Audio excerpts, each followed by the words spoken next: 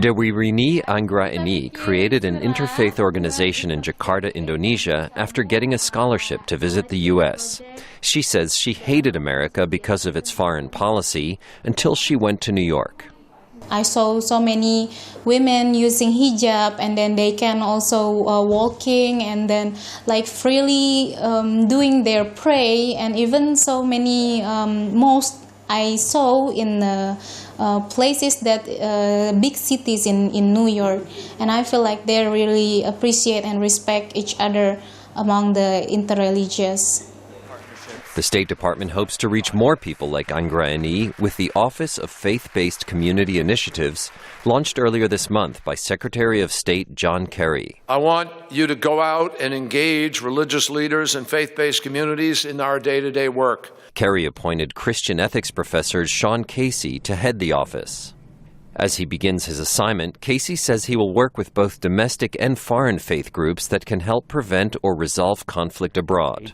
We need to partner with those kinds of groups, know what they do, know what their impact is, because we have an interest in that sector. So we ignore them really at our peril. Former Secretary of State Hillary Clinton encouraged engagement with foreign religious leaders, and there are many U.S. faith-based groups doing aid work and campaigning for religious freedom overseas that wanted the new office.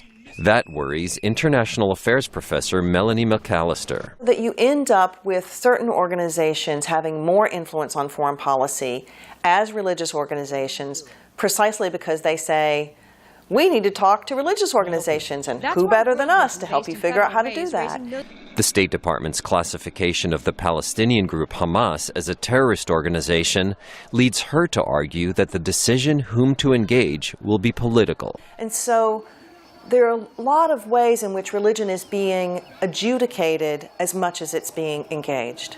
Casey says there's no list of religious groups that will be excluded.